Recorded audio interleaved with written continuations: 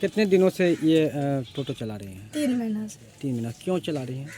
क्यों, वही सब्जी देने न के जाने में दिक्कत हो रहा, दूसरे को लिहोरा करना पड़ता था। जी। तो हम सोचे अपने से चला के क्यों न जाएंगे, दूसरे को लिहोरा करेंगे। तो आप क्यों चला रहे? आपके पति क्यों नहीं चला रहे? मेरा पति यहाँ पे छोड़ के चला गया, यहाँ पे नहीं काम चल रहा था, नहीं चला गाड़ी उतना, तो इसीलिए छोड़ के चला गया। तो क्यों, क्या लगता है, आपके घर में कर्ज है या क्या है? हाँ, पूरा। नमस्कार, आप देख रहे हैं MNV news. Lady e rickshaw चालक पिंकी के हौसले को सलाम, बोली बच्चों को मनाना है डॉक्टर और इंजीनियर। भागलपुर बात ये मत कहो खुदा से मेरी मुश्किलें बड़ी है, इन मुश्किलों से कह दो मेरा खुदा बड़ा है। ई रिक्शा पर बैठी एक सवारी ने इन पंक्तियों को उस समय गुनगुना दिया जब उन्होंने इस हैंडल एक महिला को संभाले देखा। ई रिक्शा चालक महिला को देख लगभग सभी यात्री एक पल के लिए उसकी हिम्मत को सराहने लगते हैं।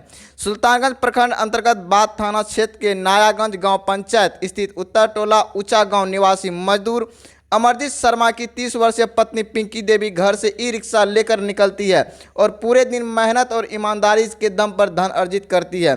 आत्मनिर्भर पिंकी महिलाओं के लिए प्रेरणा का स्रोत है। पिंकी ने बातचीत के क्रम में अपनी स्थिति साझा करते हुए बताया कि वे मुंगेर जिला के असरगंज थाना अंतर्गत ममई गांव की रहने वाली है। 4 भाई बहन में सबसे बड़ी है। वह पढ़ लिखकर कुछ बनना चाहती थी, लेकिन उसके पिता सुरेंद्र शर्मा की आर्थिक स्थिति ठीक नहीं रहने के कारण 8वीं तक ही पढ़ाई कर सकी। वर्ष 2010 में उसकी शादी ऊंचा गांव में सुबोध शर्मा के पुत्र अमरजीत से हो गई। यहां उसके पति के पास रहने के लिए अपनी जमीन भी नहीं है। उनके गोतिया रहने के लिए मौखिक रूप से कुछ जमीन दी है, जिसे सास ससुर सहित पति बच्चों के साथ रहती है। पिंकी के 4 बच्चे, इनमें 2 पुत्री 10 वर्ष की वर्षा और 7 वर्ष की रिया। वह 2 पुत्र 5 वर्ष का शिवम और 3 वर्ष का सत्यम है। 4 बच्चों की मां पिंकी ने बच्चों को बेहतर शिक्षा और घर की आर्थिक स्थिति मजबूत करने का लिया संकल्प। सब्जी बेचकर खरीदा ई रिक्शा, अब सवारी बैठाकर कमाती है प्रतिदिन 500 से 800 रुपये। 8वीं पास पिंकी बच्चों को बनाना चाहती है डॉक्टर और इंजीनियर। मैं नहीं पढ़ सकी तो क्या, बच्चों को पढ़ाऊंगी। आर्थिक स्थिति से तंगी के कारण आगे की पढ़ाई नहीं करने का मेरा सपना अभी भी अधूरा ही रह गई थी, लेकिन जब मुझे पहली पुत्री हुई तो मेरा सपना फिर से जागृत हो उठी। तब सोचने लगी कि मैं तो पढ़ाई नहीं कर सकी, लेकिन अपने बच्चे को बेहतर शिक्षा दिलाकर काबिल बनाऊंगी। लेकिन मेरे पति की मजदूरी राशि और घर बच्चों की भरण पोषण में सिमट कर रह जाती थी। तब मैंने संकल्प लिया कि मैं मेहनत करूंगी और आर्थिक स्थिति को मजबूत कर बच्चों को बेहतर शिक्षा दिलाकर डॉक्टर, इंजीनियर और ऑफिसर बनाऊंगी। पिंकी 7 वर्ष से करहरिया, असरगंज और लखनऊपुर हाट में सब्जी बेचने लगी और पति थोड़ा थोड़ा कर राशि जमा कर कमा रही हूँ।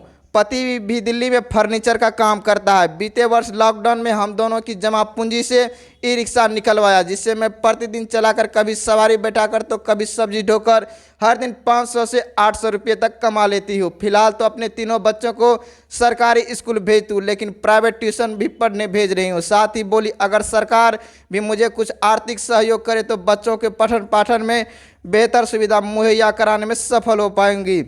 भागलपुर से विभूति सिंह की खास रिपोर्ट।